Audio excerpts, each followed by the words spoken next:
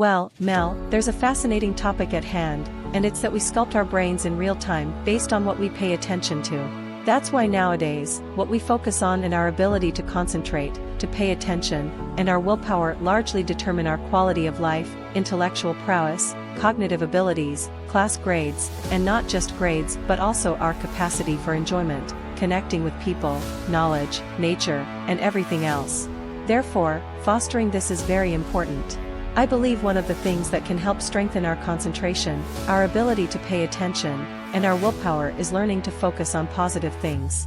That is, making the decision, which can be a classroom exercise or a personal one, to say, today I'm going to notice 3 good things that happened to me and talk about those 3 things. Just looking at something with a lot of interest can make it interesting. It can be something very small, like sitting on a bench in the street, watching someone pass by, being in class, focusing on a classmate, teacher, or something they're explaining. You work on that and talk about it, think about it, meditate on it, and even write about it, and it can help strengthen your attention. Another thing is savoring through your senses. Sometimes, we're overwhelmed by overstimulation. So, suddenly eating something and saying, this tastes. And if it's a mix, like there's tomato here, cheese here, macaroni here, peas here. I mean, what do the foods taste like? Slowing down that overwhelm to suddenly savor your senses, especially in children, is something magical. Suddenly saying, quiet, what do you hear? A fire truck, a police car, music, a melody, someone's shout. This helps your senses become more important, and it helps me stop everything to focus on something specific. When you manage to focus on something specific, you're strengthening your ability to pay attention. Teaching children to discriminate, to know right from wrong, to establish secure criteria is crucial. Because if you go online and don't know what's good and bad, you don't know where you're being deceived and where you're not. There comes a point where your phone bombards you with so much information that every day is news. I check everything that comes my way. Sometimes, there are things that are so surreal that I think, this must be false. And suddenly, you realize it's true, but I know how to check if it's right or wrong. I believe the classroom should be a place where we teach children to discern what's right and wrong, to dig deeper, to filter out what's really worthwhile, and not to overwhelm their prefrontal cortex to the point where they can't read a book or engage in a conversation. There was a habit in my house. Every Sunday, we all read before lunch, sitting in the living room with classical music, and my father assigned a book to each of us according to our age. We all read, and it was something that strengthened our reading skills. I think it's extremely important to return to reading. Reading is to the mind what physical exercise is to the body. You have to read. And I recommend reading on paper because we don't read the same way on paper as we do on a screen. On paper, we read more deeply, and we know that today. When you have the paper, the book, and you're turning the pages, something happens in the brain that allows you to immerse yourself better in the story. It's true that, as long as people are reading, they can read wherever they want, but I recommend it.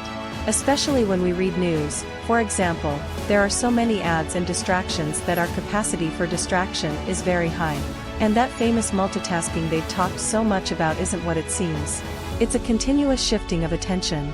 It's like a completely distorted focus of attention. I'm paying attention to this and this and this, and rapidly changing the focus of attention. So, doing many things at once reduces efficiency, even if we think otherwise.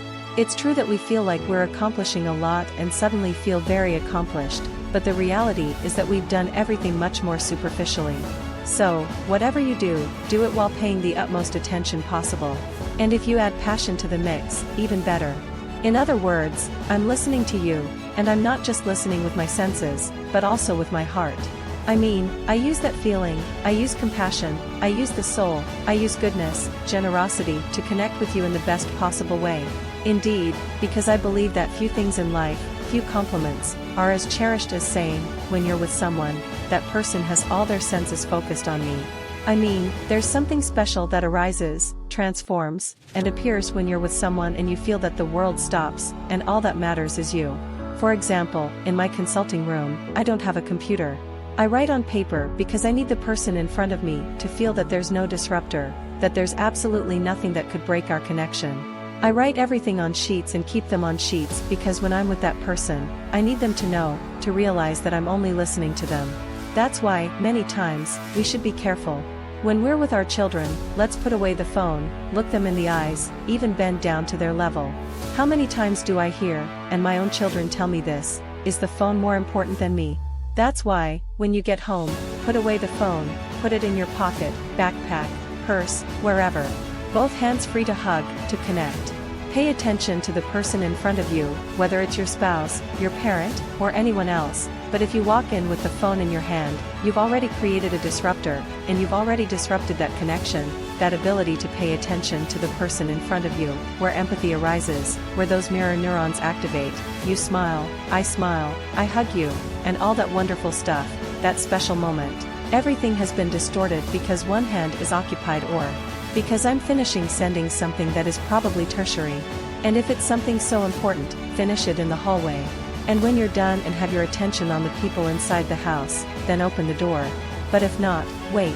And I believe, Melania, that what you and I are talking about here today is what we seek, to have a society that cares about others, that doesn't just focus on that device you put inside and forgets about others, but that we are capable of raising our gaze, connecting with the eyes of the person in front of us, and giving importance to what truly matters.